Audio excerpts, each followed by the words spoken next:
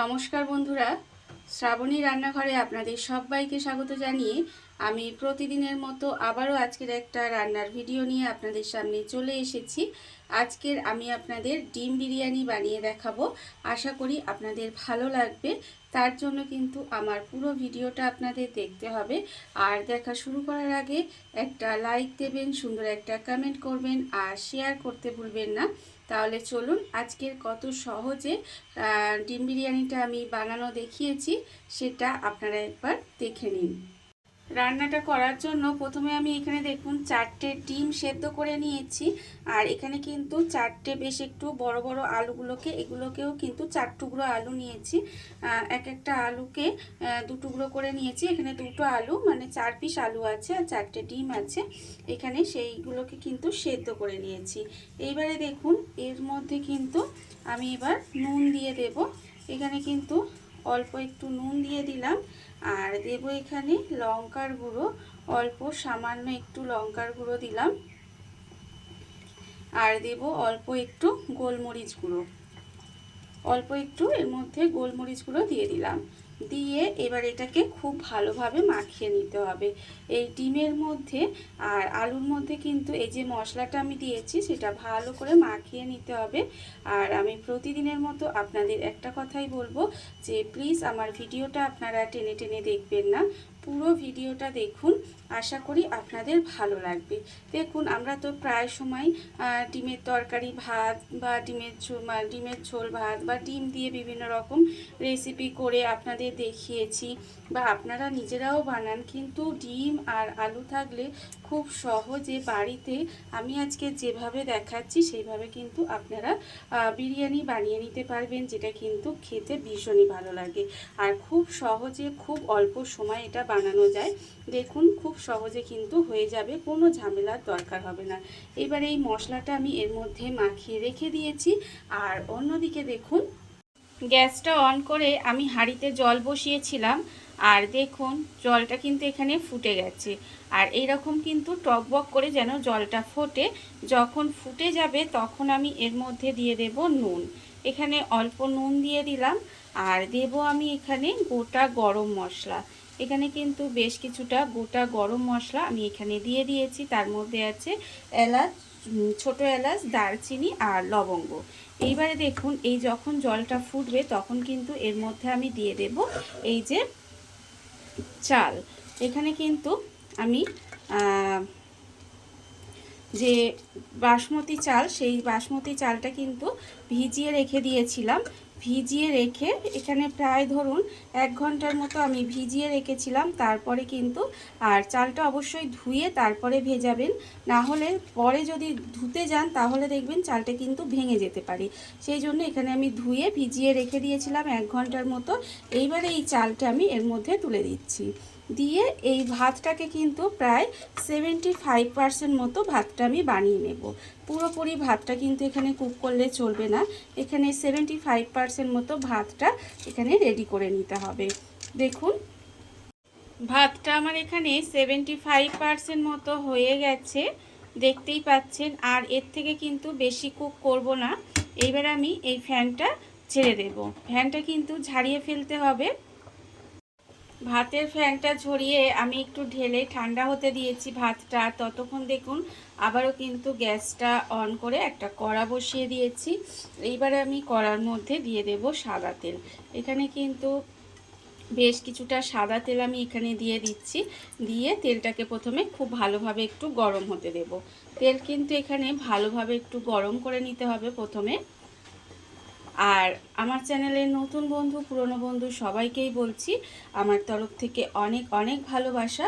নতুন বন্ধুদের বলবো যদি আমার চ্যানেলটা সাবস্ক্রাইব করেন তাহলে পাশে থাকা বেল বাটনটা অবশ্যই প্রেস করে দেবেন, যাতে আমি যখনই কোনো নিত্য নতুন ভিডিও আপলোড করব সবার প্রথমে আপনাদের কাছে নোটিফিকেশান চলে যাবে এবং আপনারা আপনাদের সময় মতো সেটা দেখে নিতে পারবেন।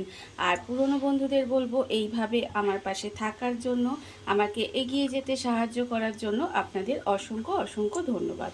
দেখুন আপনাদের সাথে কথা বলতে বলতে আমার কিন্তু এখানে তেলটা গরম হয়ে গেছে। এইবারে আমি কিছুটা পেঁয়াজকে এইভাবে একটু সরু সরু করে কেটে রেখে দিয়েছি, সেই পেঁয়াজটা কিন্তু এখানে দিয়ে দিচ্ছি। পেঁয়াজটা দিয়ে পেঁয়াজটাকে প্রথমে লাল করে ভেজে নেব, মানে আমরা বেরেস্তা বানাই যেভাবে সেইভাবেই কিন্তু আমি প্রথমে পেঁয়াজটাকে একটু বেরেস্তা বানিয়ে নেব। দেখুন একটু সময় নিয়ে কিন্তু এটাকে আমাকে একটু বানিয়ে নিতে হবে। বেরেস্তাটা আমার এখানে ভাজা হয়ে গেছে, বেরেস্তাটা আমি ভেজে নিয়েছি। এইবারে দেখুন এগুলো আমি তুলে নেব। তেলটাকে ছেঁকে এটাকে তুলে আলাদা করে রেখে দিতে হবে।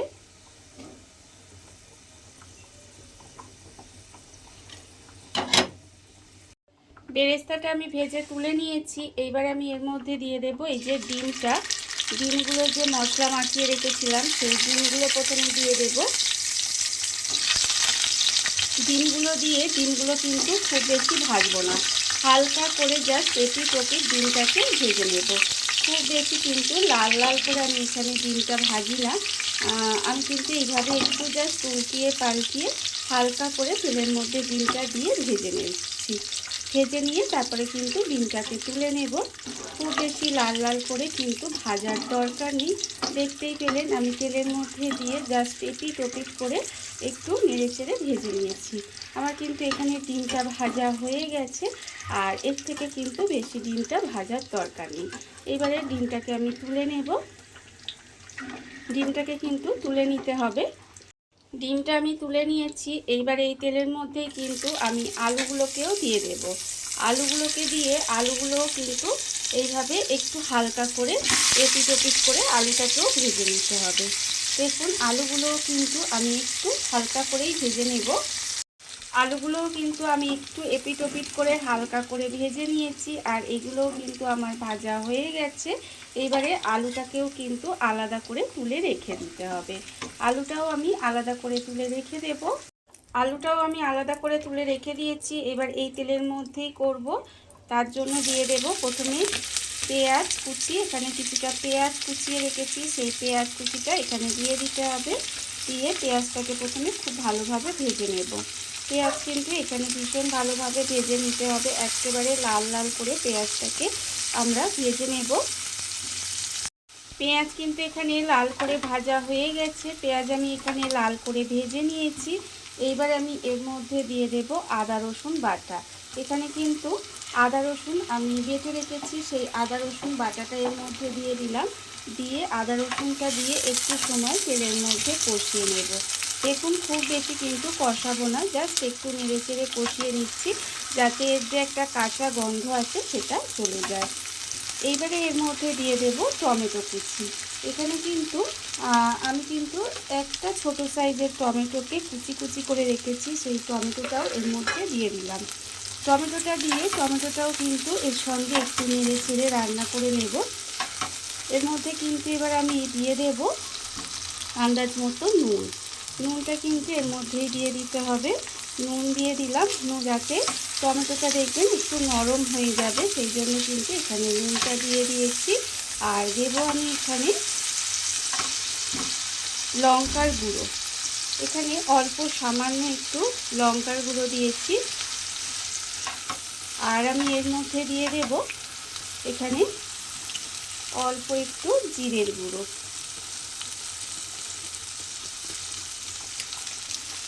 অল্প একটু জিরের গুঁড়ো দিয়ে দিলাম, আর একটু দেবো এর মধ্যে বিরিয়ানি মশলা।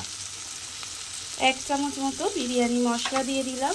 দিয়ে এবার এটাকে খুব ভালোভাবে একটু কষিয়ে নেব। এটাকে কিন্তু খুব ভালোভাবে একটু কষিয়ে নিতে হবে। আর এই সময় আমি এর মধ্যে দিয়ে দেব গরম জল। অল্প একটু গরম জল দেব, খুব বেশি জল দেব না। অল্প একটু গরম জল দিলাম। দিয়ে এবার মশলাটাকে খুব ভালোভাবে কষিয়ে নিতে হবে। এই মশলাটা কিন্তু একদম সুন্দর করে কষিয়ে নেব। অল্প জল দিয়ে আমি কিন্তু মশলাটা কষিয়ে নিয়েছি। এবার এর মধ্যে দিয়ে দেব যে আলুটা ভেজে রেখেছিলাম, সেই ভাজা আলুটা আর ডিমটা কিন্তু এর মধ্যেই দিয়ে দিতে হবে। ভাজা আলু আর ডিমগুলো এর মধ্যে কিন্তু দিয়ে একটু নেড়ে চেড়ে ঢাকা দিয়ে রান্না করে নেব। দেখুন তাহলেই কিন্তু আমার এই যে ডিম বিরিয়ানির যে গ্রেভিটা ডিম আলু সেটা কিন্তু আমার রেডি হয়ে যাবে। দেখুন এইভাবে একটুখানি মিশিয়ে নেব। মিশিয়ে নিয়ে এটাকে কিন্তু ঢাকা দিয়ে এইভাবে একটু সময় রান্না করে নিতে হবে। ঢাকা দিয়ে আমি এটা কিন্তু বেশ কিছুক্ষণ রান্না হতে দিয়েছিলাম। আর দেখুন একেবারে আমার কিন্তু এখানে রেডি হয়ে গেছে, কত সুন্দর। এইবারে দেখুন আমি কিন্তু গ্যাসটা অফ করে দেব। এটা কিন্তু গ্যাসটা অফ করে দিতে হবে। আর অন্যদিকে দেখুন এবার আমি বিরিয়ানিটা সাজিয়ে নেব। বিরিয়ানি সাজানোটার জন্য দেখুন আমি এখানে হাঁড়িটা নিয়ে নিয়েছি। এইবারে হাঁড়ির মধ্যে প্রথমে দিয়ে দেব এখানে যে ডিম আলুটা আমি রান্না করে রেখেছিলাম তার অর্ধেকটা কিন্তু তলায় দিয়ে দিচ্ছি। অর্ধেকটা এই যে তেলটা আর এই আলুটা আমি অর্ধেকটা কিন্তু প্রথমে তলায় দিয়ে দেব।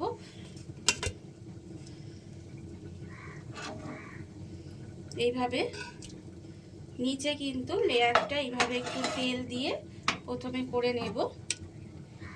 তারপরে কিন্তু আমি এর মধ্যে দিয়ে দেব ভাত। এখানে কিন্তু ভাতের লেয়ারটা তারপরে দিয়ে দিতে হবে। ভাতটা দিয়ে কিন্তু এখানে সুন্দর করে একটা লেয়ার তৈরি করে দেব। দেখুন এইভাবে, মানে আমরা যেভাবে আর কি বিরিয়ানি ঠিক লেয়ারটা বানাই সেই একইভাবে কিন্তু করে নেব। এইভাবে ভাতের লেয়ারটা দিয়ে দিলাম।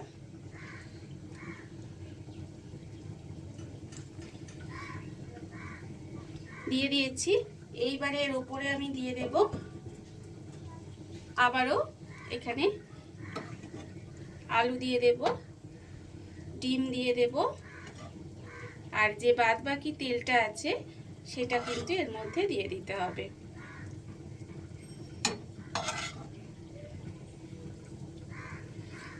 বাদ বাকি তেলটা এবার এর মধ্যে ঢেলে দেব।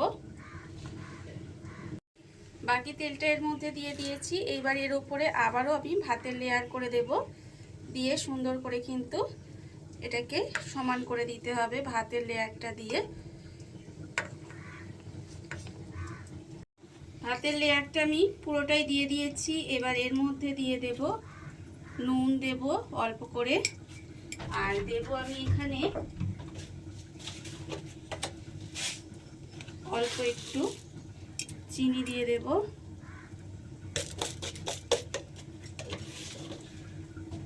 আর দেব উপর থেকে যে বেরেস্তাটা আমি এখানে ভেজে রেখেছিলাম সেই বেরেস্তা ভাজাটা কিন্তু উপর থেকে সুন্দর করে এইভাবে একটু ছড়িয়ে দেব। আপনারা চাইলে এটা দিতেও পারেন, আবার নাও দিতে পারেন। দেখুন এইভাবে ছড়িয়ে দিলাম। এইবারে দেব আমি এর মধ্যে বিরিয়ানির মশলা আর একটু দিয়ে দেব। আর দেব আমি এখানে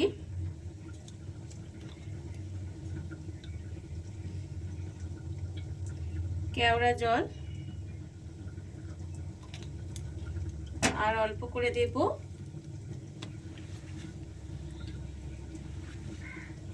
গোলাপ জল, আর দেব একটু সামান্য একটু মিঠা আতর দিলাম। এবারে দেব এর মধ্যে ঘি।